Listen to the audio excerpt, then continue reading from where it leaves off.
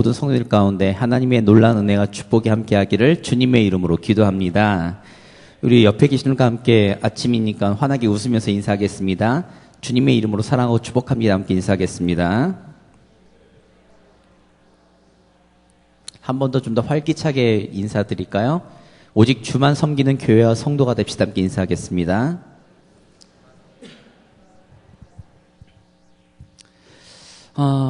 우리 성도님들 공짜 좋아하세요?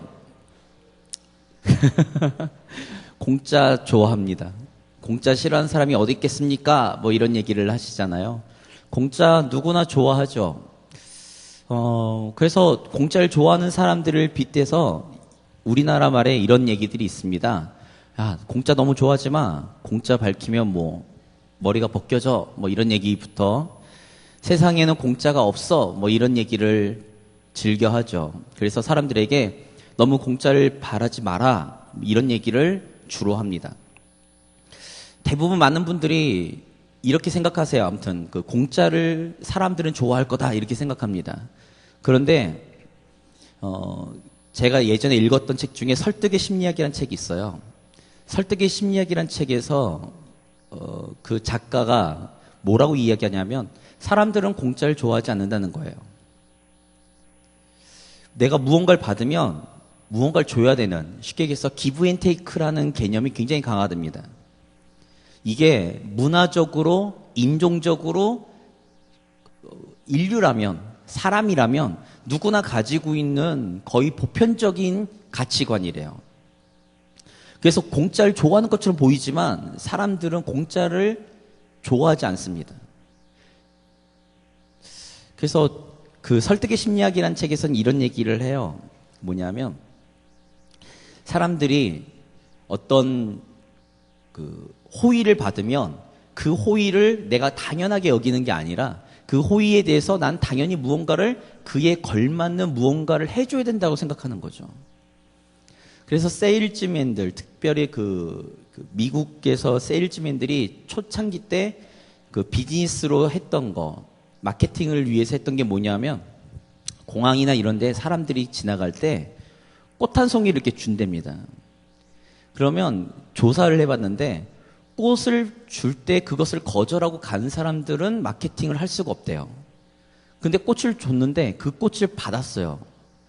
받으면 그때부터는 사람들이 그 꽃을 준 사람에게 내가 무언가를 받았으니까 그 사람이 원하는 무언가를 받은 것만큼 뭔가를 해줘야겠다라는 생각을 갖고 있다는 거예요.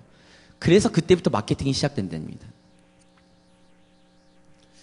제가 그 책을 읽고 제가 원래부터 성격이 좀 단호했는데 그 책을 읽고 제가 더 단호하게 변했어요.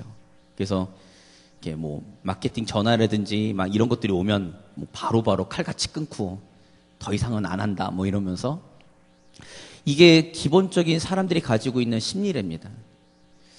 그게 왜 그런가 고민을 해보면 이런 거죠. 우리 성도님들이 잘 알고 계실지 모르겠는데 우리 모든 세계권에서 사람들이 가지고 있는 생각이 뭐냐면 인과응보입니다.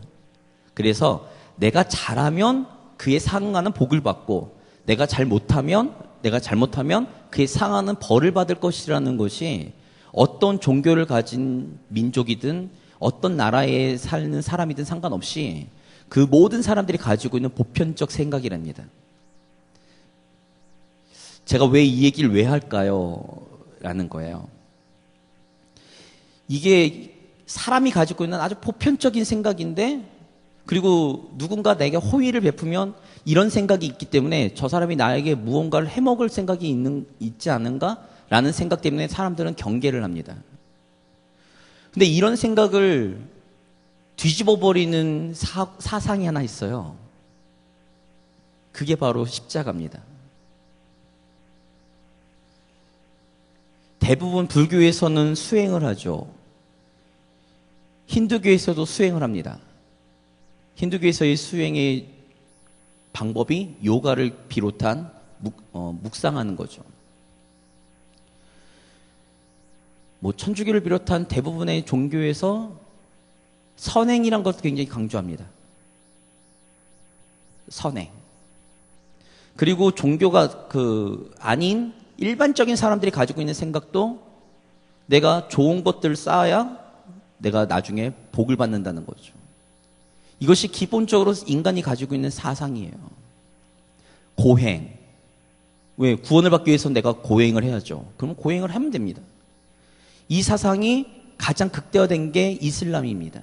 이슬람은 그들의 교리 가운데 구원을 받기 위해서는 알라의 뜻을 따라 자신을 희생하면 구원을 받아요. 그래서 이슬람에서 폭탄 테러 같은 거를 눈 하나 깜짝 안 하고 하는 이유가 바로 거기 있습니다. 내가 지금 이 알라의 뜻을 따라서 내 목숨을 버리면 나는 천국에 간다는 거죠. 근데 이 모든 사고를 뒤집어 버리는 사상이 십자가입니다.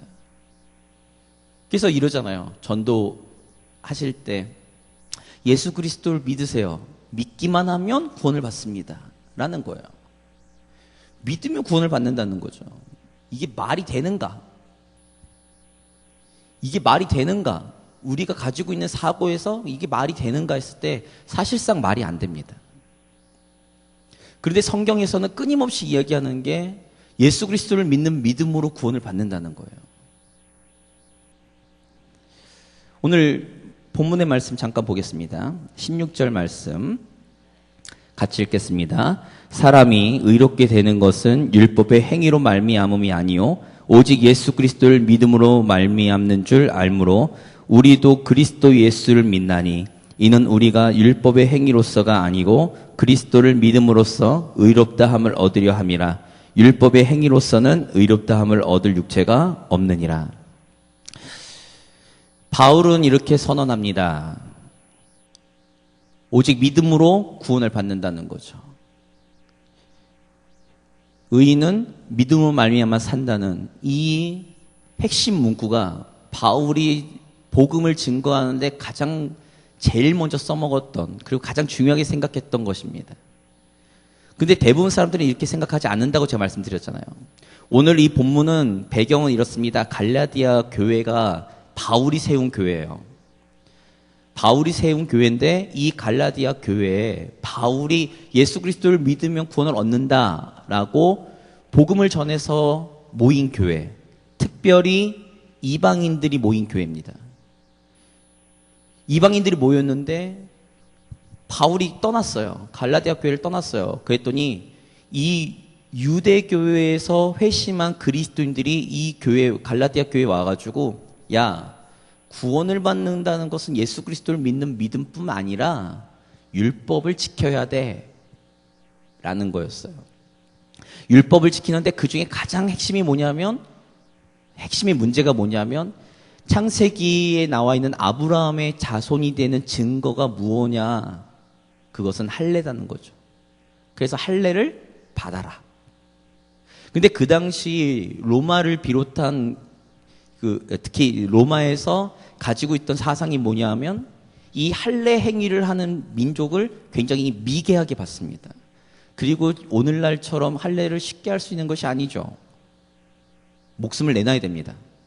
그러니까 이 이방인들이 이 율법의 무게를 진다라는 것에 대해서 도저히 감당할 수가 없는 거예요. 예수 그리스도를 믿는 믿음이 아니라 믿음뿐 아니라 율법을 다 지켜야 된다는 거죠. 이 율법을 지켜야 된다는 것에 바울은 거부하는 겁니다. 그게 아니라는 거죠. 오직 예수 그리스도를 믿는 믿음으로 구원을 얻는데 그 이유가 뭐냐면 율법의 행위로는 구원을 받을 수 없다는 거예요. 의롭다함을 입을 유체가 아무도 없다는 거죠. 그 이유가 뭐냐? 그건 제가 지난주에 설명드렸습니다. 우리가 생각하는 선행이라는 것 자체도 하나님의 관점에서 보면 그것은 악일 수 있다는 거예요.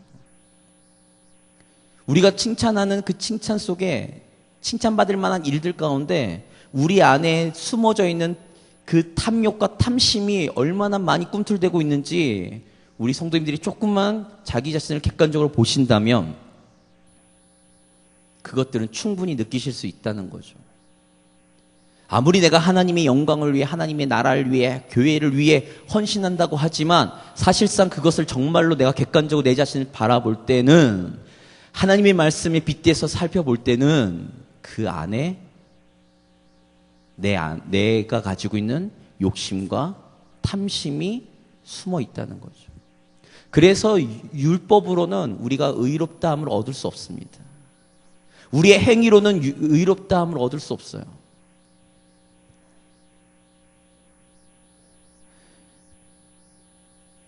우리 성도님들에게 제가 오늘 말씀드리고 싶은 건 이거예요. 구원의 길이 무엇인가?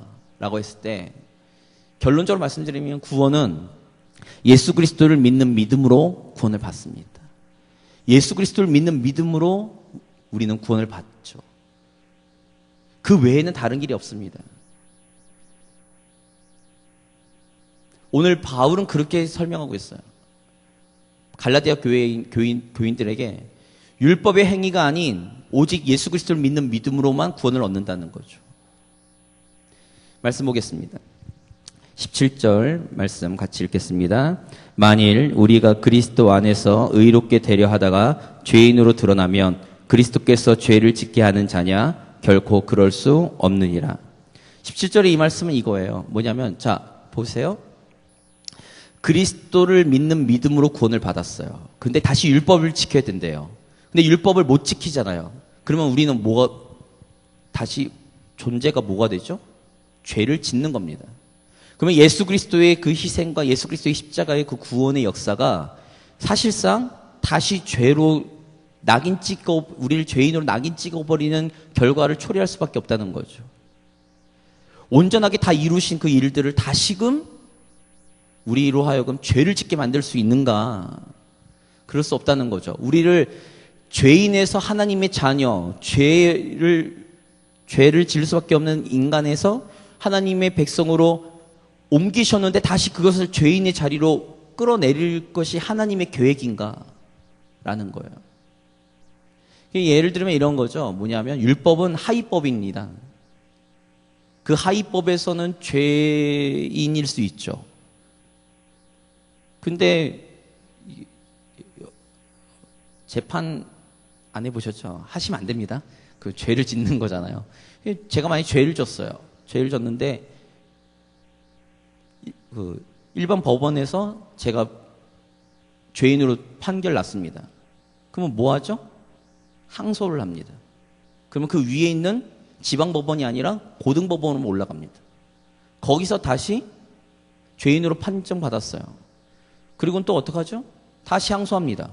그럼 어디로 올라갑니까? 대법원으로 가죠. 근데 대법원에서 무죄로 판결 나요. 그러면 저는 죄인일까요? 죄인이 아닐까요? 죄인이 아닙니다.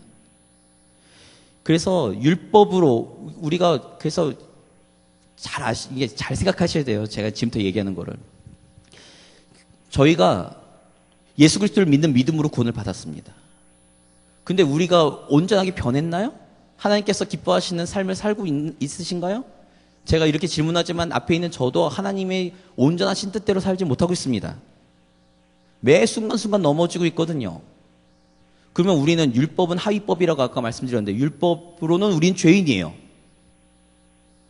예수 그리스도를 믿었지만 우리는 죄인이에요. 죄 안 지으신가요? 죄 지으시잖아요. 안 짓는다고 번쩍 손을 드시면 제가 10분 만에 죄인인 것을 제가 깨닫게 해드릴 수 있습니다. 비평과 비판을 통해. 죄인입니다. 그런데 그 위에 있는 상위법인 예수 그리스도의 십자가의 희생을 통해 우리는 무죄로 선고를 받았어요. 우리 성도님들, 우리가 자꾸만 아까도 제가 서론에서 계속 말씀드렸지만 우리가 계속 넘어지고 있는 이유가 여기 있습니다. 참고로 말씀드리면요, 이단들은요, 그들을 처음 만난 사람들을 비롯해서 그들과 교제를 해보면 그들은 참 선합니다. 인간적으로. 죄송한데요, 제가 교제를 해본 사람들 중에 교회 다니시는 분들이 가장 나쁩니다.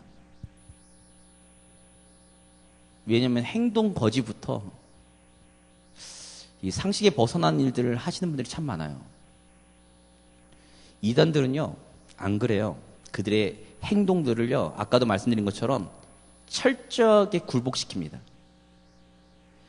그래서 그거에서 조금만 벗어나면 지옥불에 떨어질까봐 벌벌 떨어요. 그래서 그들의 행동이나 그들과의 교제를 나눠보면 그들은 참 선합니다. 인간적으로.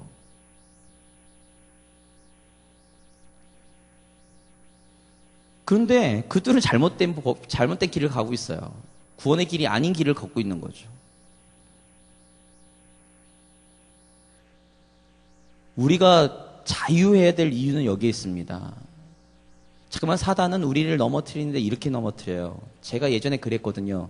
제가 수요예배 때도 설교할 때 이렇게 얘기했는데, 제가 그러니까 초등학교 때 5학년 때인가 예수 그리스도를 영접하고 수련회 때 영접하고 그 다음부터 하나님을 위해 살겠다 결단하고 그 다음부터 어린 나이인데 중학교 2학년 때부터 수많은 집회들을 쫓아다녔습니다. 수많은 집회들을 쫓아다니면서 제가 결단한 게 있었어요. 나는 하나님의 자녀처럼 살아야지.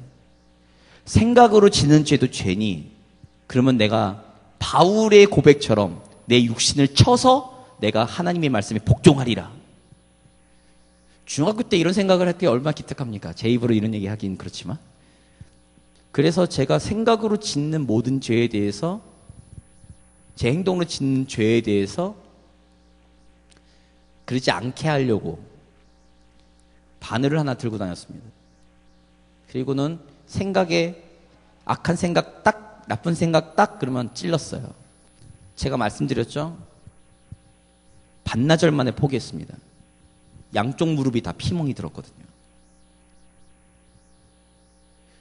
제가 중고등학교 때 가졌던 생각이 뭐였냐면 절망이었습니다. 난 하나님의 뜻대로, 하나님의 말씀대로 살 수가 없구나.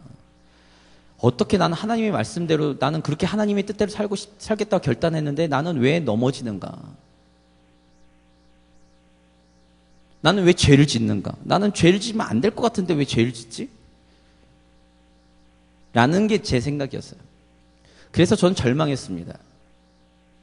왜냐하면 예수 그리스도를 통한 구원의 감격을 누렸는데 나는 왜 아직도 죄에서 머무르고 있는가? 근데 제가 성경을 찬찬히 보고 성경을 보면 볼수록 느끼는 게 뭐냐면 그것은 다 헛된 짓이라는 거죠. 왜냐하면 율법으로는 우리는 구원을 받았고 의롭다함을 얻을 육체가 없기 때문에 그렇습니다. 인간 스스로는 이 죄악에서, 이 죄에서 벗어날 수가 없어요. 그래서 하나님이 그 구원의 길을 여신 게 십자가입니다. 그 십자가인데 그 길을 하나님 스스로 여셨어요. 그리고는 이런 거죠. 제가 소대장 때 일입니다. 군인들은요, 참고로 말씀드리는데 군인들은 제대로 된 길로 이동하지 않습니다. 왜냐하면 적들에게 공격받을 수 있어서 그래요. 그래서 이 육군 보병들은 뭐를 하냐면 산을 타는데 길이 없는 곳을 산을 탑니다. 길이 없는 곳을 산을 타보신 적이 있나요? 그래서 맨 앞에 그 길을 개척하는 사람은 두 사람이 들어갑니다. 뭐냐면 지도를 볼 수 있는 소대장. 왜냐면 지도를 봐야지만 어디로 정확한 목표 지점을 가야 되니까. 지도를 볼 수 있는 소대장과 그리고 힘 좋은 사람이 갑니다. 그래서 여기로 고 이러면 그 친구가 앞에 있는 모든 장애물을 막 칩니다. 그 뒤에 있는 그 병사들은 따라오죠. 이 사람 지치면 이제 다시 돌려요. 계속 이렇게 돌립니다. 그래서 길을 개척해 갑니다. 재밌는 게 있어요. 산에 길을 내는 사람이 두 사람이 있습니다. 두 사람이 누구냐면 첫째는 아까 말씀드리는 것처럼 군인들이고요. 군인들이 지나가면 길이 돼요. 두 번째는 신만이 아시죠? 인상 캐시는 분들. 이런 분들이 지나가는 길이 됩니다. 한 번 지나간 길은요, 사람이 밟은 길은요, 거기는 풀이 자라지 않습니다. 제가 왜 이 얘기를 드리냐면 우리의 힘으로는 구원의 길로 갈 수 없어요. 그래서 하나님께서 이 땅에 오셔서 하나님께서 구원의 길을 여셨어요. 그리고는 얘기하는 거죠. 이 길로만 와 라는 거예요. 우리가 성경에서 얘기하는 게 이것이 하나님의 한량없는 은혜인 거죠. 거저 주시는 선물입니다. 왜냐하면 우리가 그 길을 개척할 필요가 없이 하나님께서 개척하신 그 길을 우리 보러 걸어오라고만 하시는 거예요. 그런데 재밌는 게 있어요. 이 길을 걷는 게 그리 쉽지 않습니다. 쉽지가 않은 것이 이 길인 거예요. 이 얘기가 바로 지금 오늘 본문 20절에 있는 말씀이에요. 우리가 잘 알고 있는 말씀인데 한번 같이 읽겠습니다. 20절입니다. 내가 그리스도와 함께 십자가에 못 박혔나니 그런즉 이제는 내가 사는 것이 아니요 오직 내 안에 그리스도께서 사시는 것이라. 이제 내가 육체 가운데 사는 것은 나를 사랑하사 나를 위하여 자기 자신을 버리신 하나님의 아들을 믿는 믿음 안에서 사는 것이라.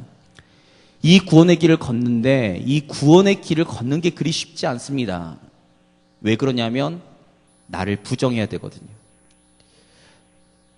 나의 육체적인 소욕, 내가 가지고 있는 욕심, 내가 가지고 있는 이 쾌락을 탐구하는 이 탐심들을 예수 그리스도의 십자가에 못 박고 이제는 하나님이 열어놓으신 그 구원의 길인 십자가의 길을 걷는데 예수님께서 걸어가셨던 그 길을 걷는 거예요. 예수님께서 걸어가셨던 그 길은 뭐냐면 하나님과 동등되시지만 하나님과의 동등됨을 취하지 아니하시고 하나님의 권세 아래 하나님의 말씀 아래 순종하심으로 우리의 구원의 길이 되셨거든요. 우리가 왜 하나님의 말씀을 순종해야 되는가라고 했을 때 우리는 예수님께서 걸어가신 그 길을 걷기 때문에 그렇습니다. 그것이 오늘 본문 갈라디아서 2장 20절에 내가 그리스도와 함께 십자가에 못 박혔다라는 거예요. 더 이상 이제는 내 판단과 내 생각과 내 결단 그리고 내 욕심을 따라 내가 하고 싶은 것을 따라 사는 것이 아니라 이제는 하나님께서 원하시는 삶을 살겠다라고 결단하는 것이 이 십자가의 길을 걷는 것입니다.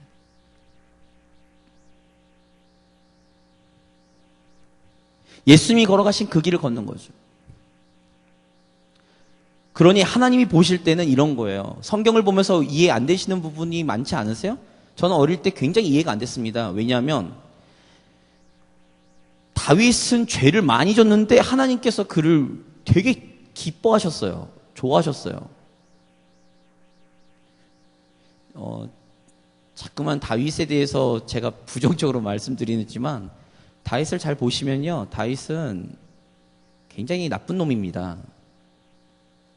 우리 성도님들이 앞에 설교하시는 목사님들이 다윗의 결론적인 부분들을 강조하셨기 때문에 우리 성도님들이 굉장히 다윗에 대한 이미지가 좋을지 몰라도요. 인간적으로 상당히 나쁜 놈입니다.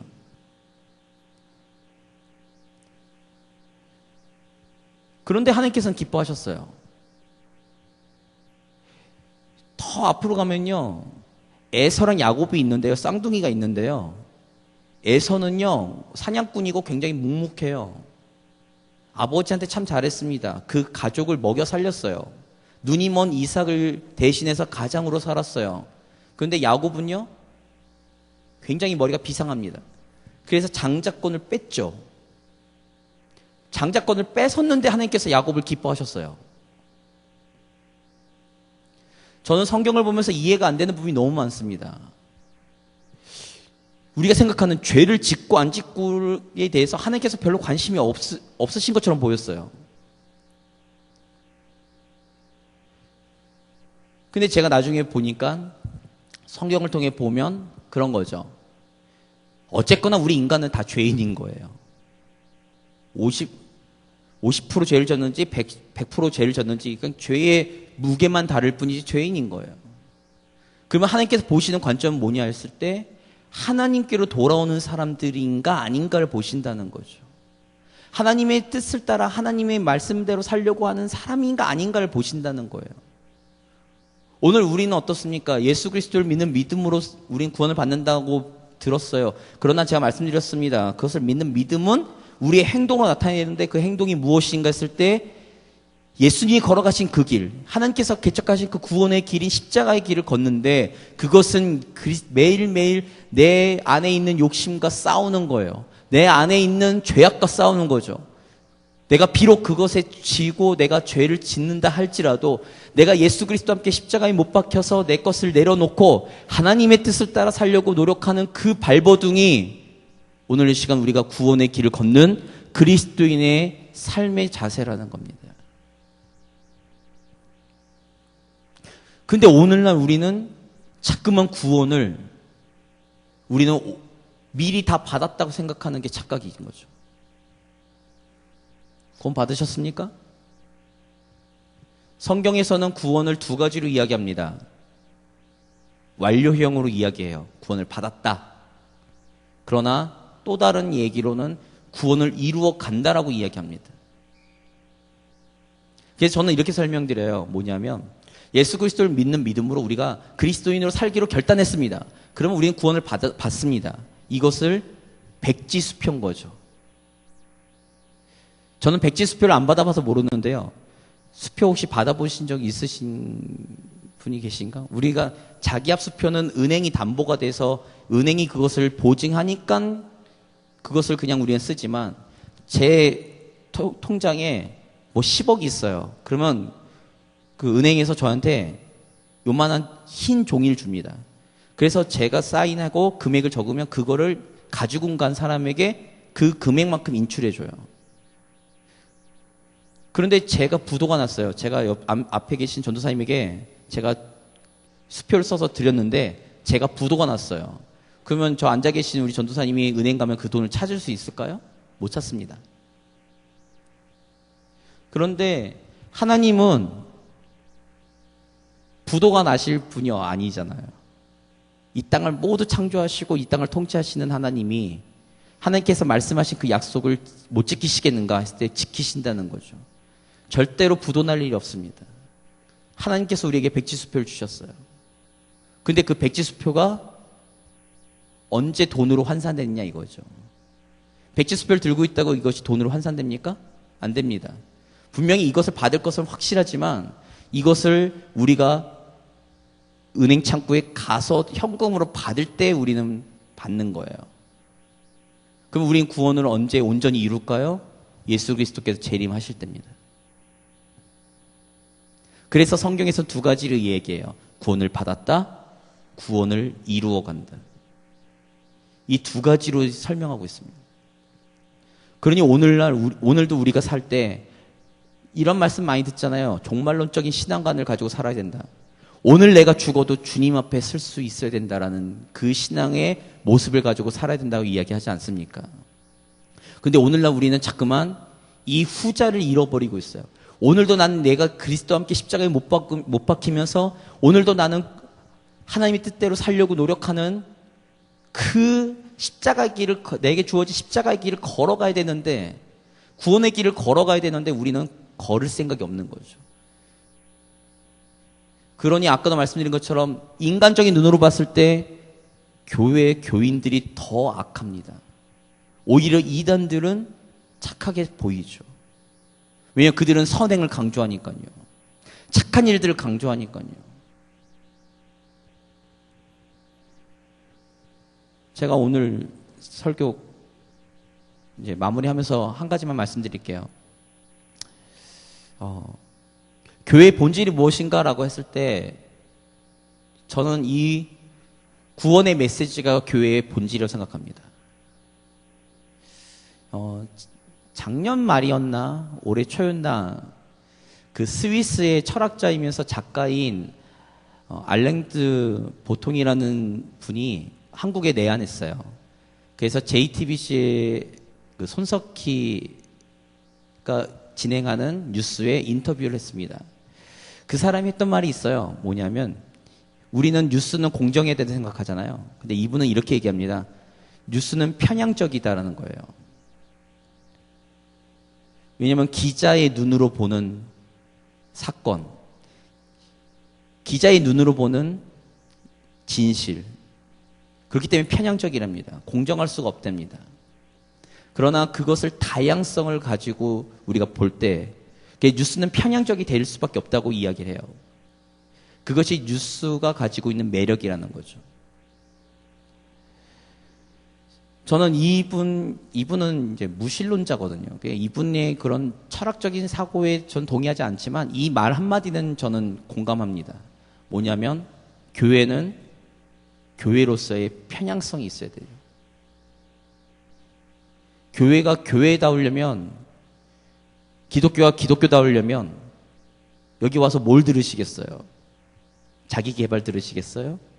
아니면 문제 해결? 상담소? 아니잖아요. 그런 거는 세상에서도 다 들을 수 있습니다. 교회에서는 이 구원의 길을 들으셔야죠. 우리가 그리스도인으로서 어떻게 살아야 되는지를 들으셔야죠. 그래서 우리가 그 구원의 길을 걸어가셔야죠. 그래서 하나님 앞에 섰을 때 우리가 당당하게 그 백지수표를 내밀고서 천국에 입성하셔야죠. 오늘 시간 제가 지난주, 이번주, 다음 주까지 이 구원에 관련된 이야기를 계속 할 건데